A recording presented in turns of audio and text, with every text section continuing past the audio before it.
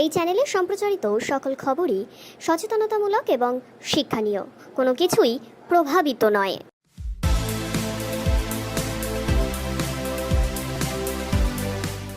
কলকাতার আরজিকর হসপিটালে ঘটনার পরে ইতিমধ্যেই মালদা মেডিকেল কলেজে হসপিটালে নিরাপত্তার ব্যবস্থা আরও জোরদার করার প্রস্তুতি শুরু করেছে।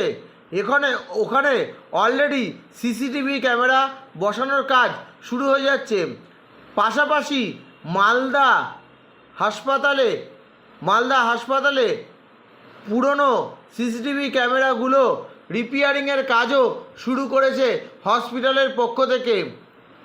পুরনো সিসিটিভি ক্যামেরা রিপেয়ারিংয়ের মধ্যে দিয়ে তারা কিন্তু নতুন সিসিটিভি ক্যামেরা বসিয়ে নজরদারির ওপরে আরও সতর্কতা বাড়াচ্ছে মালদা কলেজ ও হসপিটাল।